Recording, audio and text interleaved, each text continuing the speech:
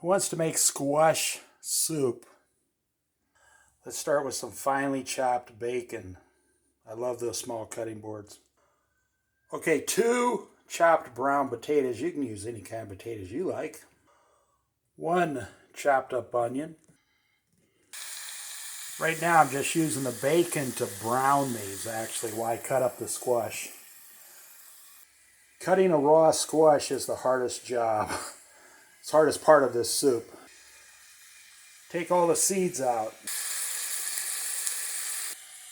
This is one of those meals that all the work and the effort is worth the meal itself, the flavor.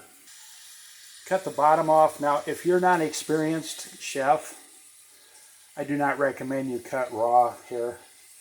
You have a very high chance of cutting your hand or your finger right off. I'm not kidding. You can cook the squash like this ahead of time and then just take it off. But I'm doing it the quicker way, but the hardest, most dangerous way.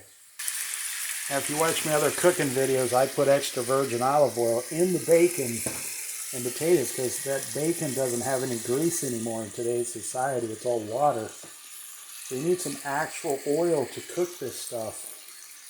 So you see here I got all the outer green shell off. It's harder than you think. Now I'm going to chop this up pretty fine so it'll cook quickly. If you don't do it fine, it will not cook the way I'm doing it. That's pretty good right there. Small, tiny chunks. It should cook fine now. Okay, now I put some olive oil right on top of there and I'm going to mix it all up and I'm going to cook this down really good, all of it. Takes about 10-12 minutes, so I'll see you later. How much this cost? Well, the bacon cost $4, but it was on sale. The 2 potatoes cost 50 cents. I buy 5 pounds at a time. The squash was 5 for $5. I got a whole squash for only $1. And I got a 25-cent onion in there right now. Just keep stirring it around every minute for about 12-15 minutes. Okay. Just going to add a handful of chopped celery.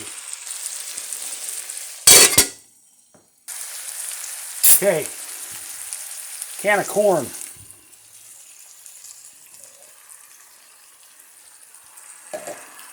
Mix it up, put the lid on. So in this soup, your bacon never gets crispy. Take a fork and check your potato. See, the squash is more than done there, see? But the potatoes, when they're halfway done, this has about 3 more minutes and they'll be halfway done. Then we'll go to the next stage. When you're 90% done, put these shredded carrots. I just used about 3/4 of 1 regular sized carrot. Now I'm going to add water. About, see, not much. Not a ton of water. Add water slowly, you can add more later. Now I'm going to add broccoli cheese soup, small can. Now I'm going to mix this all in and turn it down to a little less than medium. Now, like I said, you can add more water, but now you know how much to add, so just a little bit there. You don't even want the top covered, like 95% at the most.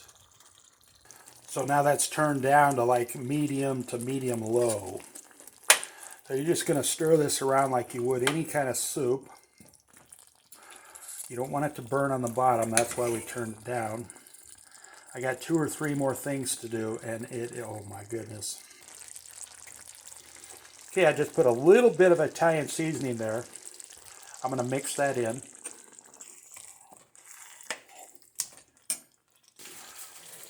This is done, but we got one more special ingredient. Now, I'm not bragging, but I outdid myself this time.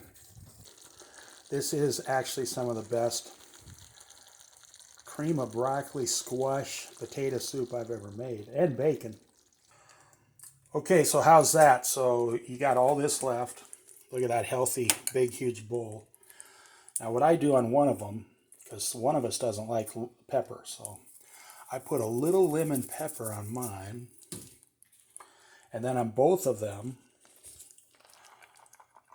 feta cheese. So what do you think? Look like something you'd want to eat? Well, you better plan ahead and make sure you have at least 1 hour to cook it. But your family will never leave the house again. They'll want more.